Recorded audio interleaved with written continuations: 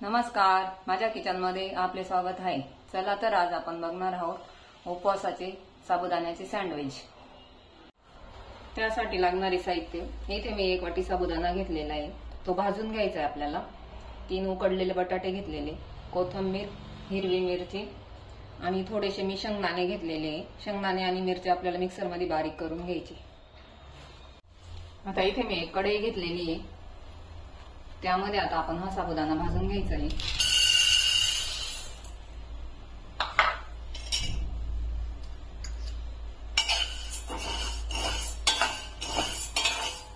मस्त असा 4 ते 5 मिनिट आपल्याला साबुदाणा भाजून घ्यायचा आहे।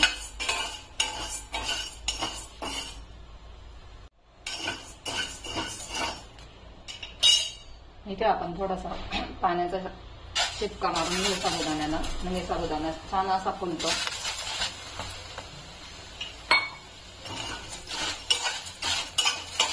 आणि आता 2-3 मिनिटाला परत आपण भाजून घेऊया। हे बघा कसा मस्त असं साबुदाणा फुलून आलेला आहे।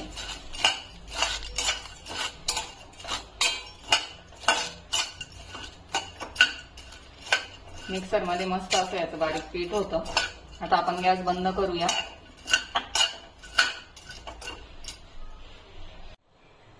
इथे आता मी 1 वाटी घेतलेली आहे, त्यामध्ये आता आपण हा साबुदाणा काढून घेऊया आणि आपल्याला तो 4 ते 5 मिनिट थंड होऊन द्यायचा आहे। इथे मी मिक्सरचं भांडं घेतलेले, त्यामध्ये ह्या 4 ते 5 मिरच्या मी बारीक अशा तुकडे करून घेतलेले आहे। त्यामध्ये आता हे थोडेसे शेंगदाणे घालूया।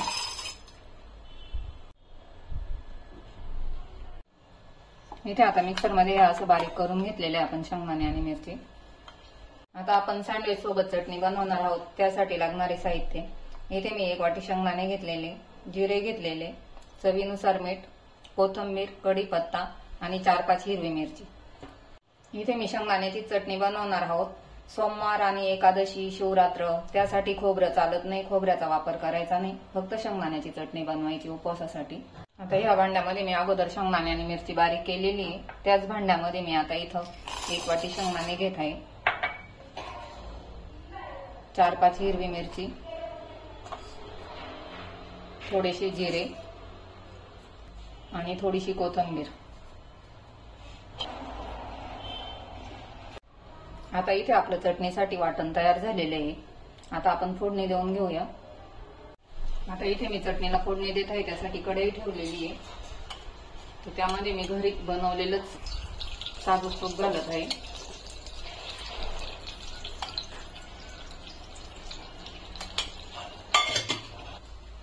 इथे आपण जिरे घालूया फोडणीला, तूप टाकलेले मस्त, कढीपत्ता, गॅस कमी करू थोडा। इथे मी थोडंसं दही घेतलेले आहे,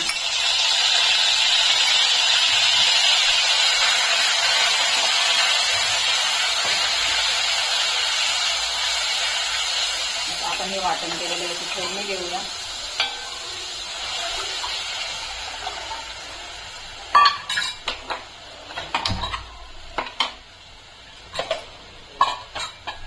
मी इथं फोडणी देत नाही, तुम्हाला तडका द्यायचा तर नुसता तडका दिला तरी चालेल। मी फोडणी देऊन घेत आहे, फोडणीनं पण छान अशी चटणी लागते।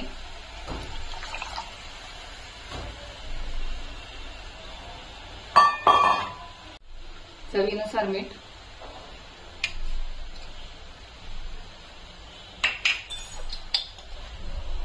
मी थोडीशी पिठी साखर घेत आहे,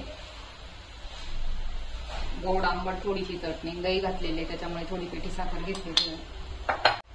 थोडीशी बारीक कापलेली कोथिंबीर घालूया वरून आणि 4 ते 5 मिनिट उकळी येऊन द्यायची चटणीला आपल्याला। हे बघू शकतो आपण, मस्त असं चटणीला कलर पण आलेला आहे।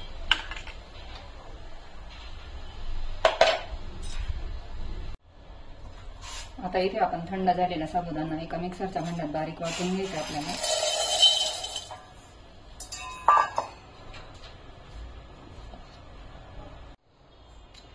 इथे आता आपला साबुदाणा बारीक वाटून झालेला आहे, हे बघू शकतो आपण, मस्त पीठ तयार झालेले आहे।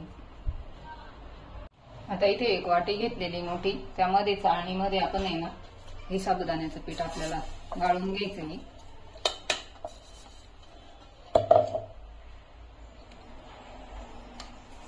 गाळून घेतलं म्हणजे कसं थोडासा ठोस असं जाड राहिलेला साबुदाणावरती चाळणीमध्ये राहतो. हे बघू शकतो आपण. इथं आपलं पीठ मस्त तयार झालेलं आहे. आता आपण यामध्येच बटाटा किसून घेऊया.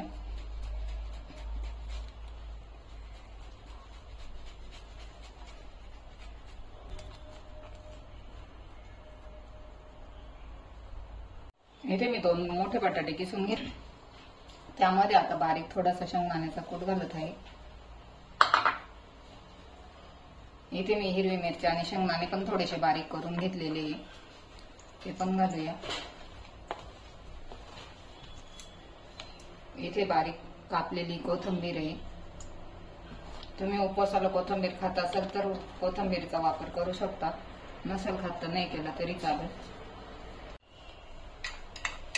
चवीनुसार मीठ घालूया.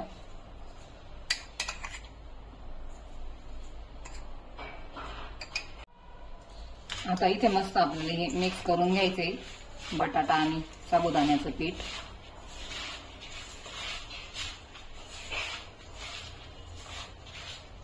पाणी वाटलं तर आपल्याला थोडासा पाण्याचा वापर करायचा आहे. इथं नाही वाटलं तर पाणी नाही टाकलं तरी चालेल, पण थोडस पाण्याचा वापर. इथं थोडासा पाण्याचा वापर करत आहे मी, कारण साबुदाणा बटाट्यामध्ये ज्या वेळेस आपण मिक्स करतो ना त्यावेळेस साबुदाणा असा फुलतो, त्याच्यामुळे तो असं घट्ट घट्ट होत चालतो, त्याला घट्टपणा येतो. तर त्यासाठी थोडंसं पाण्याचा वापर करायचा आहे. मी बघू शकतो आपला पिठाचा गोळा इथं कसा मस्त असा तयार झालेला आहे.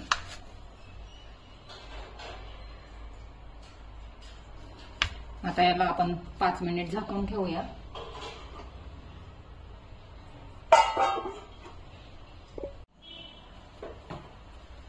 इथे आपल्या चटणीला उकळी आलेली आहे. हे बघू शकता मस्त अशी चटणी झालेली आहे.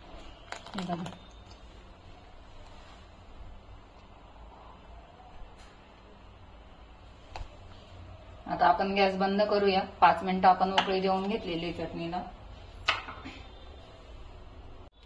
आता आपण इथे एका वाटीमध्ये चटणी काढून घेऊया.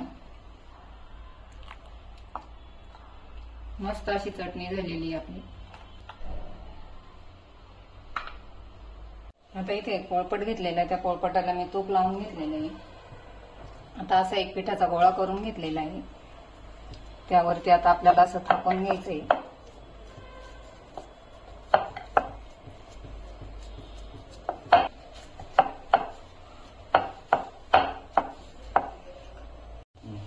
थापून झालेलं आहे. आता आपण याला कट करून घेऊया. अगोदर असं थोड्याशा साईडच्या कडा काढून घेऊया आपण.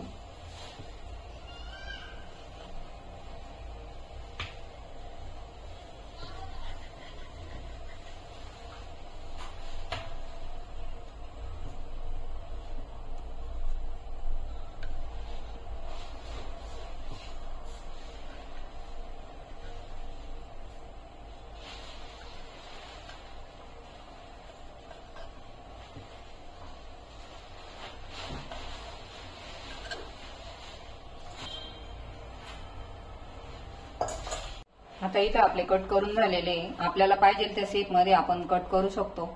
चौकोनी म्हणा तिरकोनी म्हणा, मी अशा पद्धतीने कट केलेले आहे. आता आपण तळून घेऊया. इथं आपलं तेल तापलेलं आहे. मी अगोदरच कढई ठेवलेली होती. आपण एक एक वडी सोडूया आता याच्यामध्ये.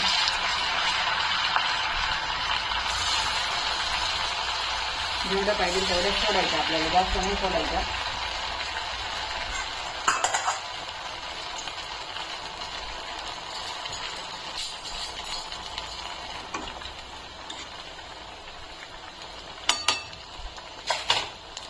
मी आता इथं गॅस एकदम कमी केलेला आहे, कारण तेल चांगलं तापलेलं आहे. हे बघू शकतो आपण, मस्त असा सोनेरी कलर यायला लागलेला आहे. आणि साबुदाण्याच्या वड्यापेक्षा म्हणजे हे सँडविच खायला खूप छान लागतं. अशा पद्धतीने मी केलेले, तुम्ही एकदा बनवून बघा. साबुदाणे भिजून घेतो आपण. याला फक्त साबुदाणे भाजून घ्यायचे. बाकीचं साबुदाण्याला जे मटेरियल वापरतो तेच आपल्याला याला वापरायचे. इथे हे बघू शकतो आपण तळून झालेले आपले. आता आपण काढून घेऊ याला. आता मी इथे एका गाळणीमध्ये काढून घेत आहे. हे बघा बिलकुल तेल नाही राहिलेलं. साबुदाण्याच्या वड्यांना खूप तेल असतं, याला बिलकुल तेल राहत नाही. खाताना पण असं तेलकट लागत नाही आपल्याला.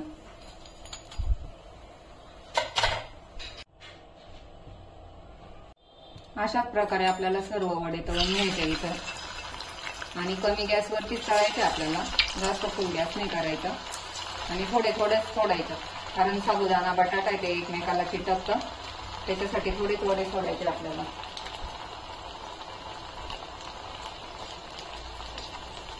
वड्या सोडल्या का असं चमच्याच्या सहाय्याने आपल्याला थोडंसं फिरवीत राहायचं त्याला, म्हणजे कढईला पण चिटकत नाही.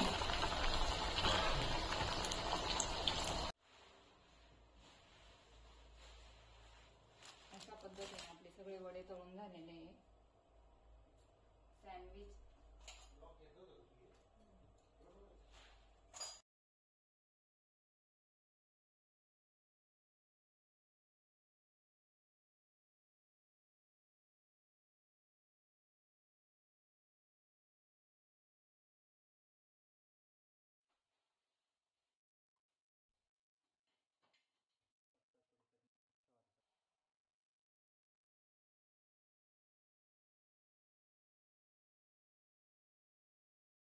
चला तर बघूया. इथं आपली उपवासाची डिश तयार झालेली आहे. इथे मी शेंगदाण्याची चटणी घेतलेली आहे, खजूर घेतलेली आहे आणि सँडविच बनवलेली मी साबुदाणा बटाट्याची आणि राजगिरा लाडू घेतलेला आहे. तर आता हे साबुदाणा बटाटा आणि सँडविच बनवलेले ना, हे कुठल्याही उपवासाला चालतं. याच्यात मी भगरीचा वापर केलेला नाही. कशी वाटली तुम्हाला माझी रेसिपी? आवडल्यास व्हिडिओला लाईक करा, चॅनलला सबस्क्राईब करा. धन्यवाद. बघूया आपण. इथं मस्त असे कुरकुरीत झालेले. हे बघा कसा आवाज येतो. वरून एकदम छान अशी कुरकुरीत झालेली आहे. आणि आपण मध्ये बघू शकतो, हे बघा एकदम अशी मस्त झालेली आहे मध्ये. नक्की एकदा ट्राय करा.